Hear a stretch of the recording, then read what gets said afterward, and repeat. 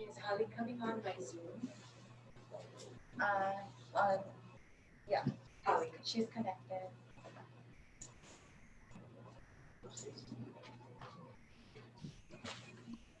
Hey. Oh wait, sorry, hold on.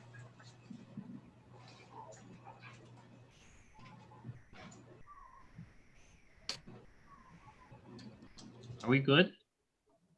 Hold. Oh, am I on mute? No, wait, hold on.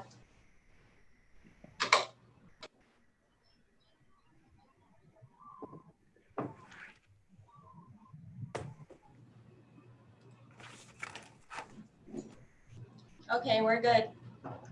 All right. Okay. Thanks, Essa. Thank you, everybody. I guess quickly before we start, just wanted to let you know. Thanks everybody for joining, and I guess keep yourself on mute or just so we can limit the background noise, and then unmute when you need to say something. Um, I I guess I'll call the meeting to order at 9:01. We have somebody from the public here that I guess wants to um, address the board, and we want to afford them time. And I wanted to get it in the beginning of before we actually start the meeting, so we can go ahead and let them say let the person say whatever they want to say, and then we can go ahead and continue the meeting. Denise is Yes, thank you very much, Chair. This morning we have Eduardo Hernandez, and he would like to say a few words to the board regarding the rent relief program. Thank you, Chair. Good morning, Chair and members of the board. Thank you for allowing me the opportunity to speak. I'll be very brief. I came here today to talk about the rent relief program.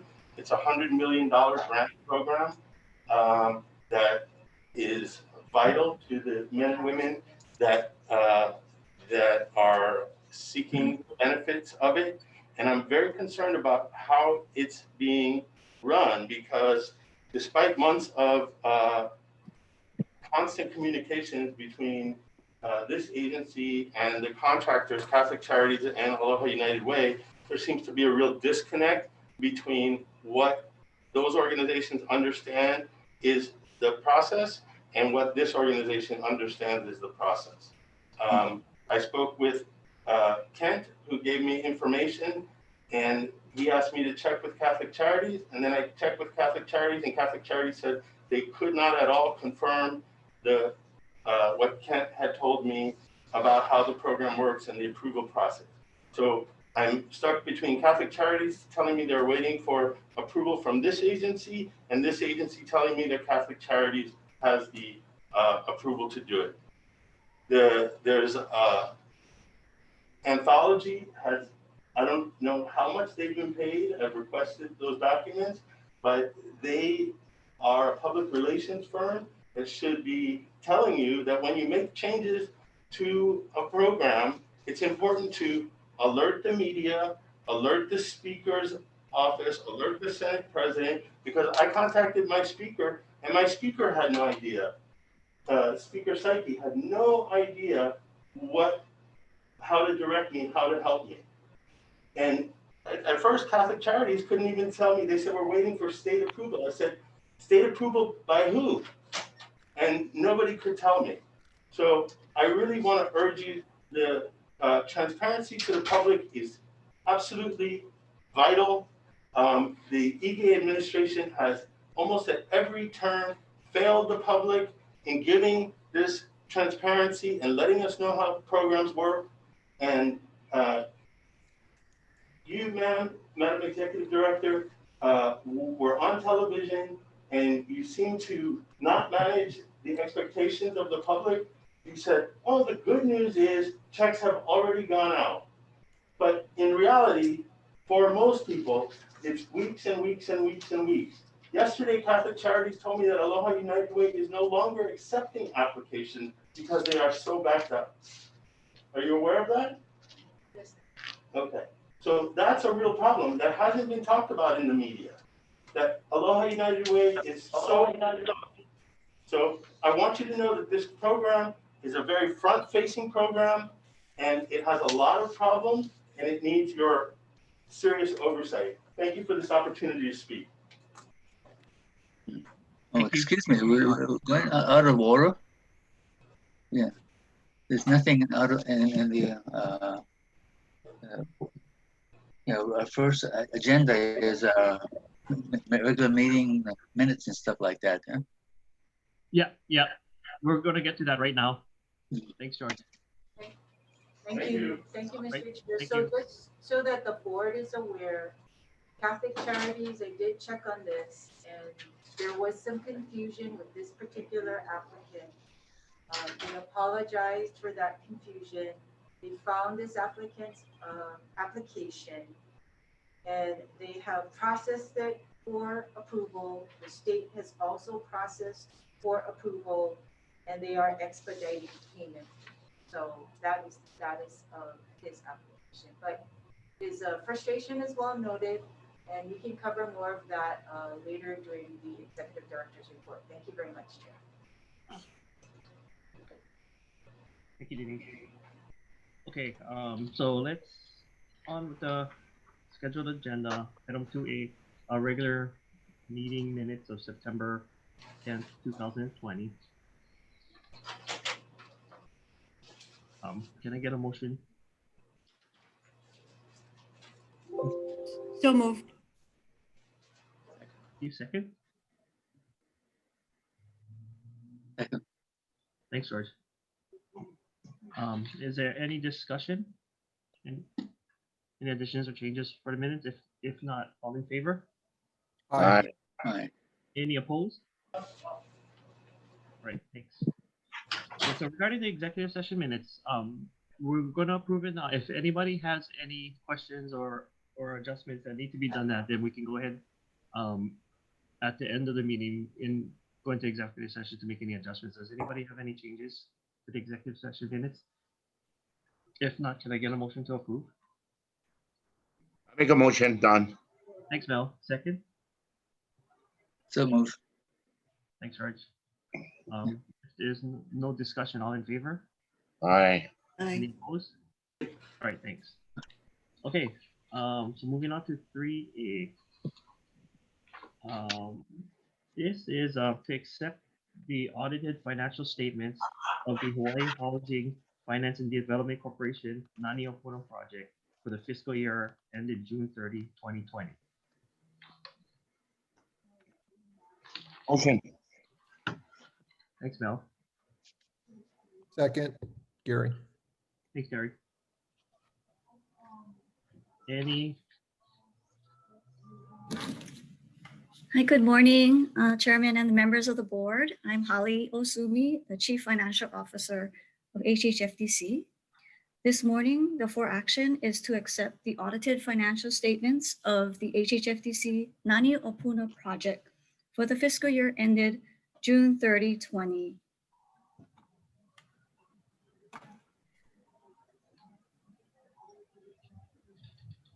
All right, thanks, Holly.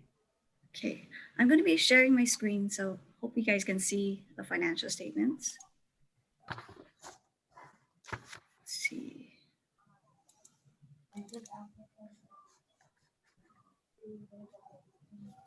Yep. Okay, the HHFDC Nani Opuna project audited financial statements for the fiscal year ended June 30, 2020 has been completed, and it is included in your package as Exhibit A.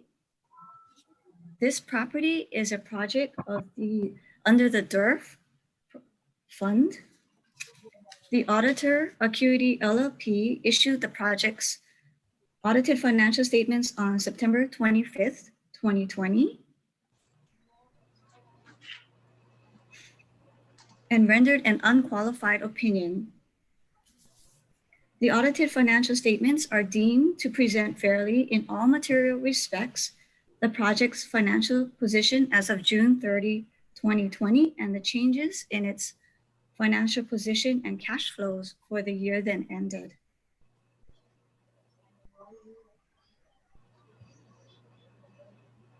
On page 3, the statements of net position presents the project's assets, liabilities, and net position. Over time, the change in net position may serve as a useful indicator of the project's financial statements. On page 4, the statements of revenues, expenses, and change in net position reflects the activities that resulted in the change in net position. For the fiscal year and June 30, 2020, the project's total net position increased by approximately $12,000 or 1%. So it increased to approximately $840,000 as compared to prior year of $828,000. The increase was primarily attributed to net operating income of approximately $9,000 and net transfers from the DERF of approximately $4,000, offset by interest expense of approximately $1,000 from the mortgage with USDA. As required under the terms of the mortgage agreement, the audited financial statements shall be submitted to USDA by the extended deadline of October 31st, 2020.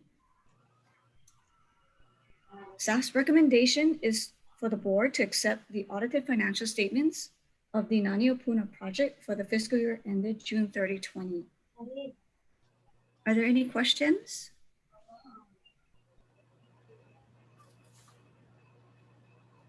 Anyone have any questions for Holly?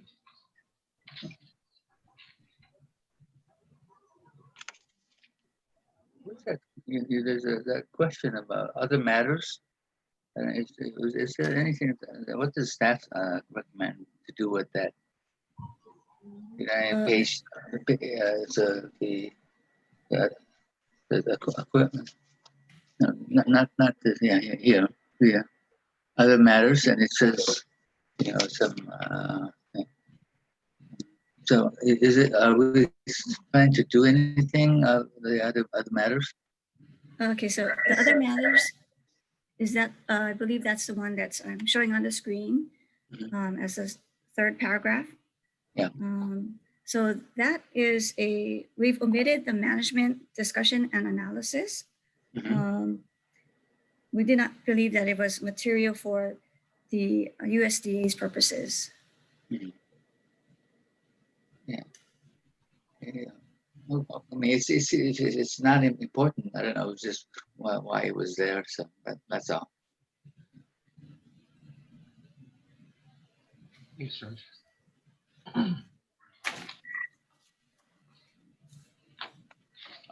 Any other questions? If not, all in favor? Aye.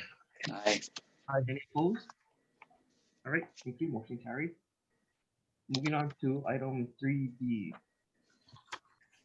This action is to approve an extension to the rental housing revolving fund letter of intent for the Hale Uhiwai Nalu Phase 2 project located in Kapolei, Oahu, KMK 191013052 portion of. Making a motion. Motion. Thanks, Nelson. Second. Drawn a second. Oh, thank you. Forming Director Mende and members of the board, Dean Sakata of the Finance Branch. Rental Housing Revolving Fund Project Award Program provides equity gap low interest loans to qualified owners and developers constructing, acquiring, or rehabilitating affordable rental housing units. On April 11, 2019, the Hawaii Housing Finance and Development Corporation Board of Directors approved a rental housing revolving fund loan of up to $3,378,100 to the Hale Uhiwai Nalu Phase 2 project. On January 23rd, 2020, the Executive Director approved a 9-month extension to the Rental Housing Revolving Fund letter of intent to October 21st, 2020 from January 31st, 2020. On September 22, 2020, the Cloudbreak Hawaii LLC submitted a request to extend the Rental Housing Revolving Fund letter of intent for 12 months to October 31st, 2021 from October 31st, 2020. The project is a proposed 50-unit affordable rental housing facility targeted for families. Improvements shall include 1 4-story residential building. Cloudbreak Hawaii 2 LLC is the awardee. It's a single asset real estate holding company specifically established to develop, own, and operate the project. Cloudbreak Hawaii LLC is the sole member of the applicant. Cantwell Anderson Inc. is the managing member of Cloudbreak Hawaii LLC and has over 30 years of experience in affordable housing as well as residential and commercial properties in 5 states. Cantwell Anderson Inc.'s most recent affordable housing projects in Hawaii are Haleuhi Wainalu and the Haleuhi Wainalu addition.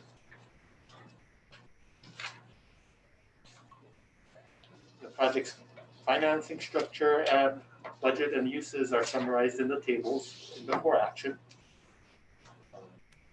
The estimated construction timeline is as follows. Building permits are estimated at September 2021. Construction start date is October 2021, and project completion in December 2022. HHFDC evaluated the extension request based on progress made on 3 basic milestones: site control, zoning approvals, and securing financing. Site control, the awardee has site control through a lease with the United States Department of Veterans Affairs. The awardee is working with the VA on a lease modification to allow the lot to be subdivided and to extend the lease from 2053 to 2078. For zoning approvals, the awardee is working with the Hawaii Community Development Authority to obtain development approvals. The subdivision process will begin after the lease modification with the VA is completed. Financing commitments. The awardee continues to work with First Hawaiian Bank on the construction and mini permanent loan. The awardee will not be applying for a grant from the Federal Home Loan Bank as indicated in the original awarding for action. Recommendation is as follows, that the HHFDC Board of Directors approve the following. Extend the rental housing revolving fund LOI dated April 15, 2019 for the Haleuhi Wainalu Phase 2 project RHRF loan to October 31st, 2021, subject to the requirements as set forth in the for action dated April 11, 2019, and authorize the executive director to undertake all tasks necessary to effectuate the purposes of this for action. I'm available to answer any questions. Thank you. Thanks, Dean. Does anybody have any questions? Chair, this is Gary. I have a question. It relates to the VA lease modification.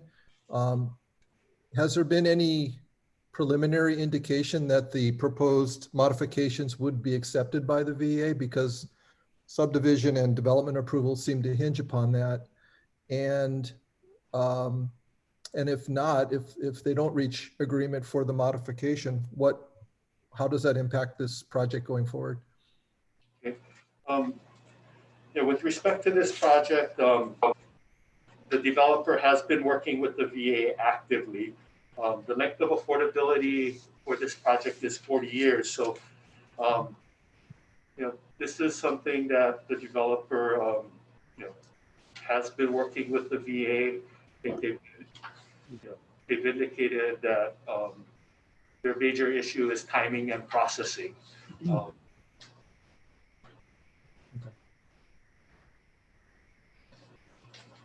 it's essentially that they're in accord with one another as far as what the proposed modifications are, but it's just trying to work through a process that's taking time. Yes. Okay. Thank you. Thanks, Gary. Any other questions? I just have a question. There's things like restrooms, are they shared or, unit sizes and stuff like that? So, and what was the plan for the delay that this project is having? The proposed project is studio units. So they will have, I believe they would have their own facilities inside. So I guess we'll call it complete unit. So it's not a SRO type single room occupancy, it's a studio unit. The reason for this delay, as I mentioned, is the developer is working with the Veterans Administration.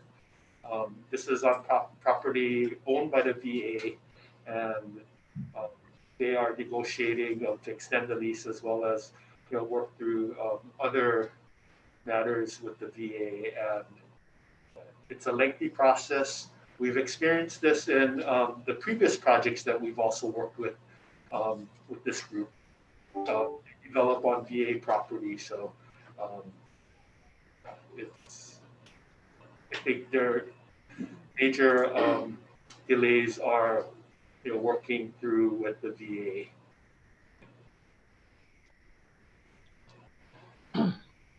Okay, thanks. Any other questions? If not, I just had one quick question, Dean. With these delays and the extensions and whatnot, how does the developer feel about the total overall cost? Is his estimate still accurate enough? Yeah, I think the developer is comfortable with the budget. However, it's a constantly moving target. Until he gets closer to closing, the developer will not know what the actual cost to construct would be. So, I think this is an estimated budget at this point, and I think the developer will be, working to.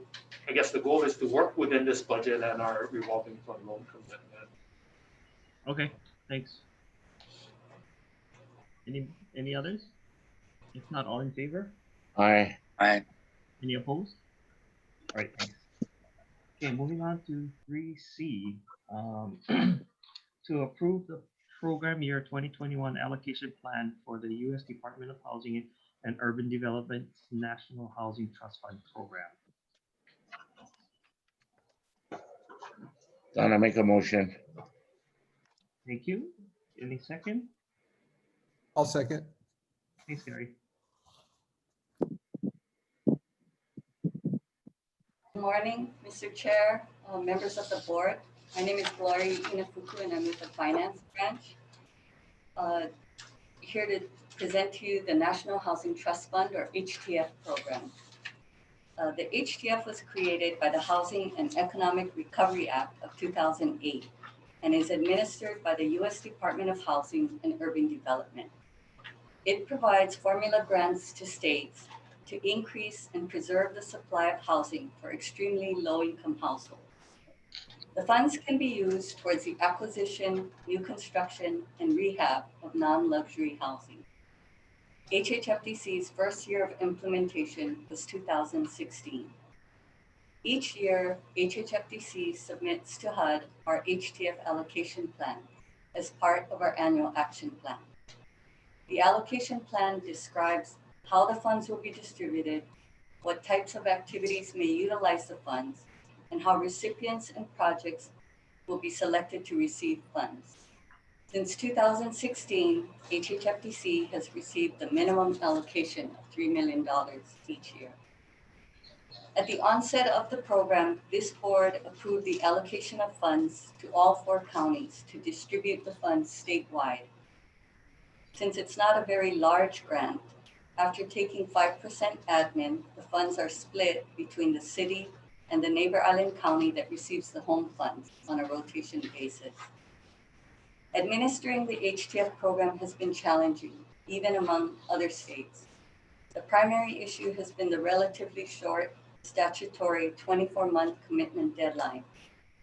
In addition, as a gap source, the funds are generally involved in complex transactions with multiple layers of funding and overlapping requirements. In spite of the challenges, each county has committed HTF funds for rental projects, which when completed will deliver 45 HTF assisted units throughout the state, as described in Section B on pages 2 to 3 of the 4 action. Over the years, the city has been especially challenged with administering their annual allocation of funds. As a new program, it didn't generate ample applicants for eligible projects. They've also experienced a number of staff changes and assignments that's impacted the program. For 2020, to allow the city time to meet its standing commitment deadlines and to build its capacity, it was agreed they would pass on the 2020 allocation. So the entire grant, less our 5% admin, was allocated to the County of Maui. During the past year, the city continued to struggle with its administration of the HTF program. An acquisition project that would have utilized the city's 2018 HTF funds fell through, which resulted in the city's return of the 2018 funds to HHFDC. To meet the program deadline and avoid returning the funds to HUD, HHFDC sought alternate activities from the remaining counties. The funds were reallocated to the County of Kauai for its pool locate project. We're also currently working with the city on the return of a portion of the 2019 funds, and will be seeking another subgrantee to award approximately $485,000 of the city's 2019 funds. For the 2021 HTF allocation plan, we're proposing the following two changes. And please note, there's a correction on page 3, paragraph F, which should reference the PY 2021 distribution of HTF funds. Given the challenges the city continues to face, staff is proposing that the entire 2021 HTF allocation, less 5% for HHFDC's admin, be allocated to the County of Hawaii, who is scheduled to also receive the 2021 home allocation. The second item being proposed is an increase to the program's maximum subsidy limit by adopting HUD's recently published 2020 Total Development Cost, or TDC, limits. After this for action was submitted, HUD published its 2020 TDC limits, increasing the limits by approximately 2%. The revision to the subsidy limits are now reflected on page 4 of the for action. Yeah, on page 4. Staff respectfully recommends that the HHFDC Board of Directors approve the following. Approve the amendments to the HTF allocation plan subject to public comments, and after the public comments, authorize the Executive Director to approve the PY 2021 HTF allocation plan, provided that no substantive amendments are required, and authorize the Executive Director to take all actions necessary to effectuate the purposes of this for action. Staff is available for questions. Thanks, Lori. Does anyone have any questions? Yeah, I have a question. I mean, well, I guess I'm okay with the request, but I was always wondering why the city has trouble to making use of this money. The city, city has lots of affordable housing problem, and has never been able to do so. And even when I was with the city, I was too busy with my department, but I would always wonder why the city has this problem of using the federal money from for itself, and that it always kind of frustrated me. So I was just wondering, can we just find out why it is? But it has nothing to do with this recommendation, because I'm for it, but. I just want to know, actually. Part of it is relatively new federal program.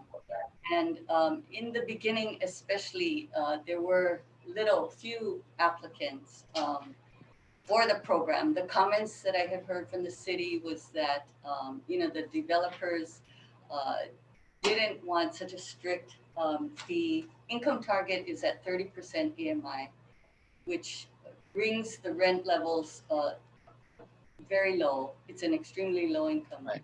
Yeah, few people don't need it, right? Yeah, exactly. And so it has been challenging, across the board. So when the city has issued applications, they're NOFA. There have been generally one or maybe two to respond. And unfortunately, the activities have fallen through for various reasons. One of them was the environmental review issue. Another one was they couldn't meet the subsidy limit. They couldn't meet the number of HTF assisted units that would be required. So they have been challenged in that way. That has been part of the issue.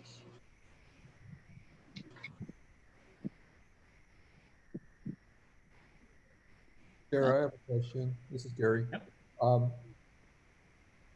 Given this proposed 2021 distribution plan, does the city and county of Honolulu accept this distribution plan? I mean, are they okay with it? They have accepted it. We did have discussions with the city and county directors, director of community service. Okay. Yeah. Okay, thanks. Any other questions? If not, all in favor? Aye. Any opposed? Thank you. Motion carries. Moving on to item 3B. This is to approve a memorandum of understanding between the Hawaii Housing Finance and Development Corporation and the National Energy Laboratory of Hawaii Authority and the Department of Hawaiian Homelands for an allocation of potable water from Ota well for the Kamakana villages at Keauholu project located in Keauholu, North Kona, KMK 3750001 165 374021 020 024 028 041 and 044 to 049. Can we get a motion? I make a motion. Second. Thanks, Gary. Morning, board members, Chair. My name is Dean Minakami, Development Section Chief. This request is to approve a memorandum of understanding between the Hawaii Housing Finance and Development Corporation, the National Energy Laboratory of Hawaii, and the Department of Hawaiian Homelands for an allocation of potable water from Ota well. To summarize the facts and background of this request, Ota well is a proposed potable water source for HHFDC's Kamakana villages in Kona, Hawaii Island. On March 10th, 2016, the HHFDC Board of Directors approved an MOU between HHFDC and NELHA for joint development of Ota well. And under this 2016 MOU, HHFDC and NELHA will share development costs of the well, and the available water from the well will be allocated on a pro rata basis Water. contributed by each party. On October 18, 2018, NELHA's consultant submitted the well construction and pump installation permits to the Commission on Water Resource Management. And in December 2018, the Department of Hawaiian Homelands submitted a letter to the Water Commission on the application requesting a reservation of water from the Keauhou Aquifer System area be provided by Ota well as a condition of permit issuance. And specifically, the DHHL is requesting allocation of 18,077 gallons per day from Ota well. As background to DHHL's request, in 2015, the Water Commission adopted a reservation of 3.398 million gallons per day from the Keauhou Aquifer System to DHHL. So staff is agreeable to provide allocation of water to DHHL from Ota well, since many DHHL beneficiaries are affordable households. So the provision of water will further this agency's mission of providing affordable housing. And we also note that in the past several weeks, both the NOHA Board of Directors and Hawaiian Homes Commission authorized their respective agencies to enter into this MOU. So staff's recommendation is that the HHFDC Board of Directors authorize the executive director to enter into an MOU with NOHA and DHHL substantially as described in this 4 action and subject to the details and conditions listed in the recommendation section of the 4 action. And Greg Barber from Executive Director of NOHA is on at this meeting, and we are both available for questions. Thanks, Dean. Is there any questions? I just have one question, Gary. And thank you for moving this forward. Looks great. I just wanted to know for the 18,000 approximate gallons per day for DHHL, about how many housing units can that support? Based on the County of Hawaii standards, roughly 30 units. Okay.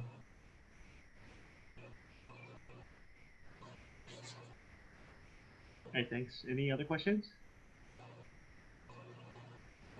Thanks, Dean. Thanks, Greg. I mean, it's really glad to hear that this is moving forward. It's been a while. Yep. If not, all in favor? Aye. Aye. Any opposed? All right, motion carried. Thank you.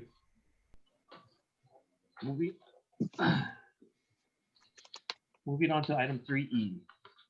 This is to approve proposed amendments to an compilation of Charter 15307, State Assisted Land and Housing Development, Hawaii Administrative Rules to repeal state sales program provisions being transferred to new Chapter 15-308 Hawaii Administrative Rules to repeal provisions related to County Advisory Committee and to make other conforming housekeeping and technical amendments. Motion. Thanks, Mel. Second. Thanks, George. Good morning. I am Mavis Masaki, planner with the Planning Evaluation and Compliance Branch. Chapter 15307, Hawaii Administrative Rules, governs most of HHFDC's development programs.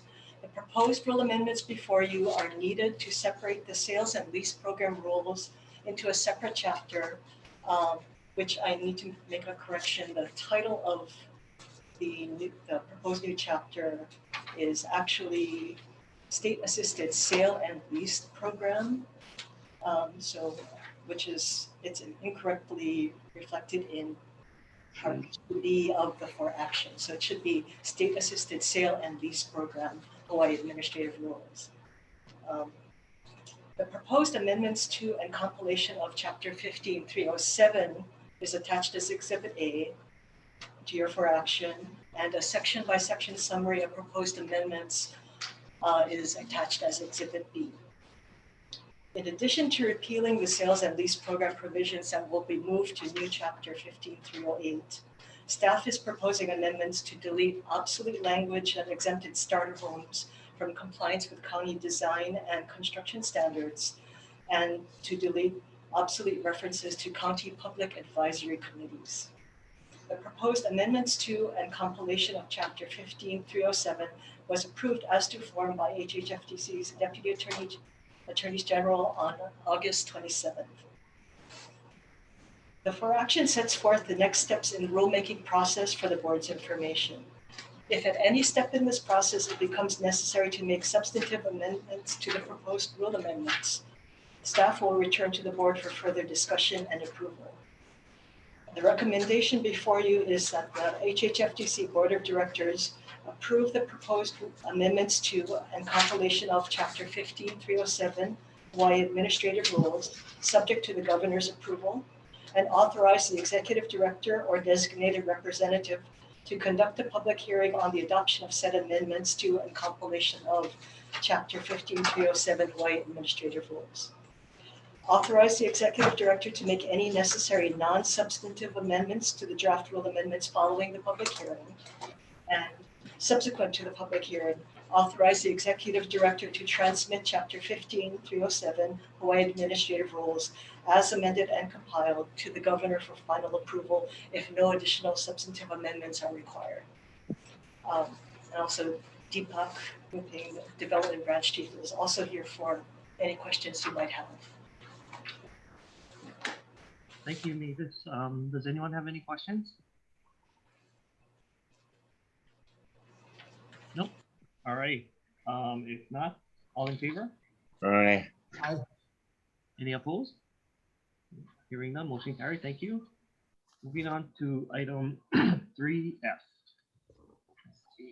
This is also to propose Chapter 15308 State Assisted Sale and Lease Program Hawaii Administrative Rules to transfer provisions related to the corporation sales program from Chapter 15307 Hawaii Administrative Rules to a new chapter and to implement Act 159 SLH 2017 as amended by Act 65 SLH 2018 to set forth parameters for qualified nonprofit housing trusts to exercise the corporation's buyback rights when the corporation opts out of them, to broaden circumstances under which homeowners may finance their affordable homes, and to make other clarifying and housekeeping amendments. Can I get a motion? I make a motion, Don. Thanks, Mel. Second, thanks, George. Okay. Hi, again, Mavis Masaki, Planning Evaluation and Compliance Branch. Act 159, Session Laws of Hawaii 2017, as amended by Act 65, Session Laws of Hawaii 2018, gave qualified nonprofit housing trusts the ability to exercise HHFDC's buyback rights if HHFDC opts out of doing so itself. To implement Act 159, HHFDC must amend existing sales program provisions that are currently in Chapter 15307 Hawaii Administrative Rules. The sales and lease program provisions currently in Chapter 15307 will be placed in a new chapter. And again, apologize for the typo, but the proposed title of new Chapter 15308 is in fact State Assisted Sale and Lease Program. The intent is to separate the sales and lease program provisions from the development programs to make the rules less unwieldy. The adoption of new Chapter 15308 will have to take place concurrently with the proposed amendments to Chapter 15307, repealing the same provisions so that there is no gap between the two rulemaking actions. HHFDC consulted with various nonprofit organizations that promote home ownership for first-time home buyers in drafting Chapter 15308. Some of these comments were incorporated into the drafts. Others could not be because they were beyond the scope of Act 159 and thus cannot be adopted by rulemaking alone. Proposed Chapter 15308 is attached to the for action as Exhibit A, and a section-by-section summary of Chapter 15308 is attached as Exhibit B. The major amendments to the current program rule language include eligibility for purchase or rental of a residence in an HHFDC assisted project would now include a household asset limitation of 135% of the maximum qualifying household income limit for the project, excluding qualified retirement accounts and gifts of up to 20% of the purchase price for use as a down payment.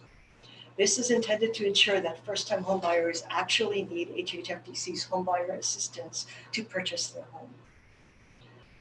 In implementing Act 159, HHFDC has adopted a definition of qualified nonprofit housing trust that states the requirements for nonprofit organizations to be offered the opportunity to exercise HHFDC's buyback rights when an affordable home is sold. HHFDC will establish and maintain a list of qualified nonprofit housing trusts who express interest in participating in the buyback program. When HHFDC is notified that a home buyer with a buyback restriction wants to sell their home, HHFDC will calculate the buyback price. If HHFDC decides not to buy back the home, HHFDC will offer the qualified nonprofit housing trusts the opportunity to buy back at a price that we've calculated. The for action sets forth the next steps in the rulemaking process for the board's information. If at any step in this process it becomes necessary to make substantive amendments to the proposed rule, staff will return to the board for further discussion and approvals. The recommendation before you is that the HHFDC Board of Directors approve proposed Chapter 15308 Y Administrative Rules, subject to approval as to form by HHFDC's Deputy Attorney General and to the Governor's approval, and authorize the Executive Director or designated representative to conduct a public hearing on the adoption of Chapter 15308 Y Administrative Rules. Authorize the Executive Director to make any necessary non-substantive amendments to the draft rule following the public hearing, and subsequent to the public hearing, authorize the Executive Director to transmit proposed Chapter 15308 Y Administrative Rules to the Governor for final approval if no additional substantive amendments are required. And again, Deepak Nupin, Development Branch Chief, is available if you have specific questions. All right, thanks, Mavis. Does anyone have questions for this? No? I have one. Sure, Yeah, go I ahead, have one Robert. question on this thing. I'm glad that the staff went through the effort to kind of arrange the. What is money?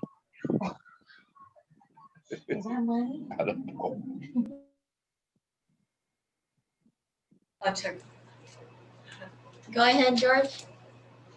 Okay, yeah, well, I just noticed that I'm glad that the staff went through all these amendments and changes, but I just wanted to know that what goes to this thing. So it's going to the rule changing still goes to the public review and stuff like that.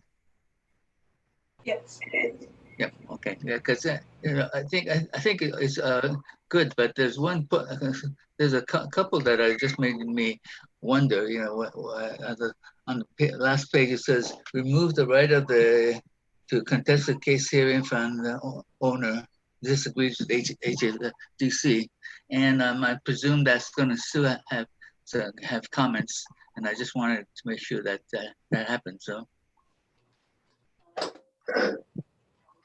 Yeah, because it seems there's some significant changes in there in some of the pages. Yeah, remember, reading through the statute, there was really no need for a contested case hearing for this kind of thing, and if the applicant or whoever the person involved, if they had anything to litigate or take care of, they could directly go to court, and that's part of the reason why it's really not indicated in that. I mean, it could be adjudicated at an administrative level. So.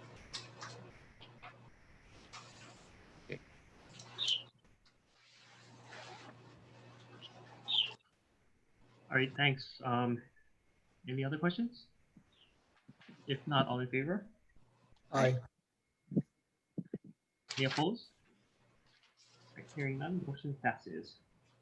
All right, moving on to item 4, Executive Director Report. I know there's some items that Denise wants to cover in executive session. So is there anything you want to cover first before we go into the executive session? Yes, Chair. Good morning, members. Good morning, Chair. First off, I did want to introduce our new deputy in the flesh, Francis Kino. He is a licensed attorney, a veteran of the state, comes to us from, many state entities, including the Attorney General's Office, Department of Transportation, DHERD, and also Department of Health. So he's made great strides in the few days that he's been here, and feel very fortunate to have him. So, Welcome. Thank you. I feel very fortunate to be here. I've been here just a week, but I'm very impressed with the caliber of the leadership and the staff here. And I hope to soon be able to contribute some effort to help them. But I'm very pleased and privileged to be here. Welcome aboard. Okay, so first off on the report, I think I wanted to go over the financial status of our two major programs. The first was DERF, and I believe that's under Exhibit A. So on the DERF program, the balance, I think, was a negative 102,000 or so last month. It's only showing roughly 404,000 now. It just goes to show you how much in commitments we have for DERF. And then I did want to also highlight for your attention the status of the rental housing revolving fund on page 3, which shows a negative 202 million, almost 203 million. And this is only because we're not reflecting the 250 million in GeoBond proceeds that was recently approved by the governor for release. And we are working through that infusion of funds and expect to get it hopefully within the next couple of weeks. I don't know if Holly is on the line, but I know she's processing paperwork to make that transaction happen. So I just wanted to bring that to your attention. There's always a lot of demand. Rental housing revolving fund is always a limited resource, but that's just the status, and open it up in case you have any questions.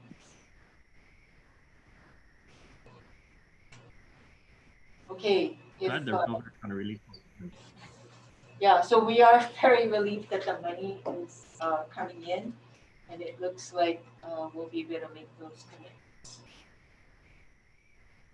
The other thing I did want to point out, and I'm hoping that this last minute attachment got out to you, so I'm going to look at ESSA for the LIHTC projects. This is getting back to Director Mackler's request of the last meeting for a list of qualified projects that could invoke the qualified contract. So that list was provided to you.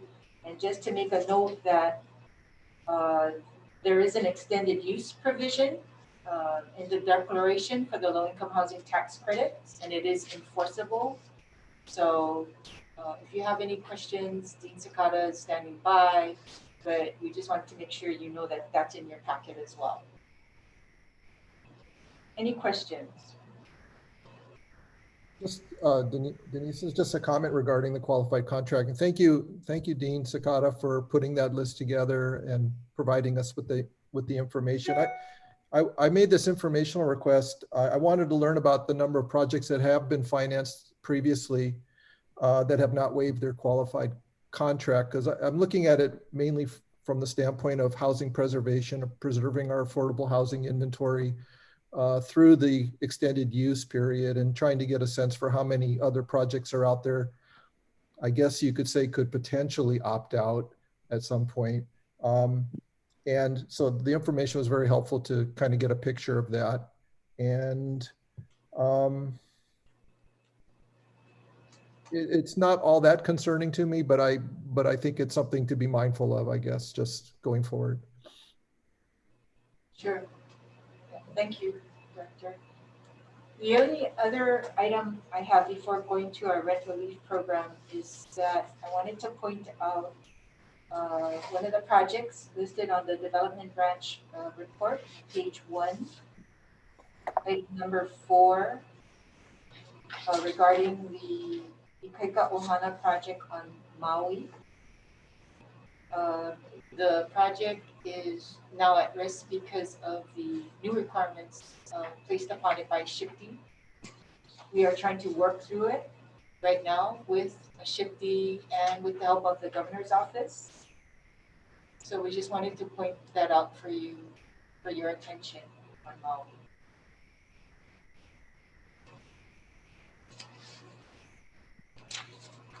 Okay, moving on to the rent relief program. Before I go further, I did want to point out for the record that the applicant that was here earlier, Mr. Hernandez, the Catholic Charities nonprofit that administers the program, just sent me information that part of the holdup for this particular application was the applicant entered the wrong email address for his landlord. And the landlord verification is an important and critical component of this whole program. What this process does is it verifies the tenant is the tenant, the landlord is the landlord, and the payment being requested was actually incurred for the months incurred. It also requires the landlord to certify that they will not evict the tenant for that period that's covered under the payment. So that's a very important step, but this just goes to illustrate the types of issues that arise when the application is not filled out properly. There's, approximately 18,000 applications between the two nonprofits administering the program. So I just wanted to do that for the record. Having said that, with any new program being developed during a crisis, issues naturally evolve. And I was wondering, Mr. Chair, if you would entertain a motion to go into executive session under Chapter 92.5A4 to consult with the board's attorney on questions and issues pertaining to the board's duties and liabilities on this matter. Can I get a motion? So, second. Kirona, thank you, George. Sorry, who was the first? Miss Rona, hi, Asa. Rona. Hi. Janice, Okay. please stay. Thank you. Hold on while I change you guys or switch you guys over. And Ken, you should stay. Oh, do you need to go?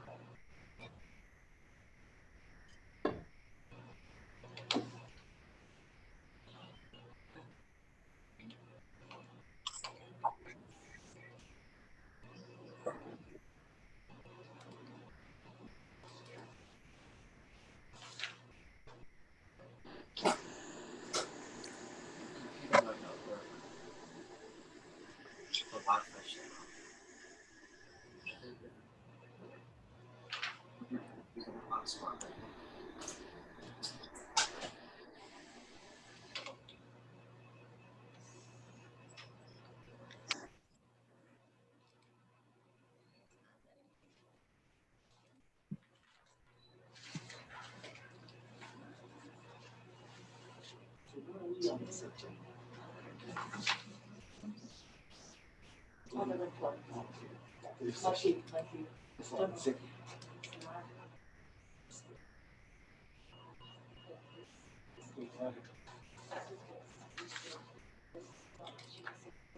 She's like, stop. Yeah, because it's moving to the next session.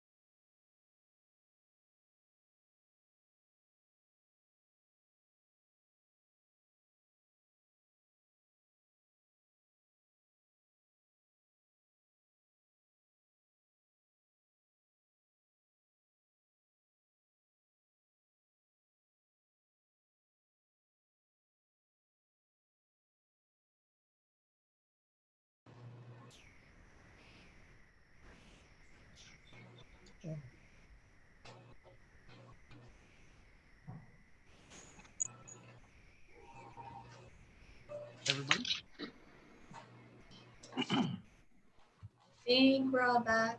1, 2, 7.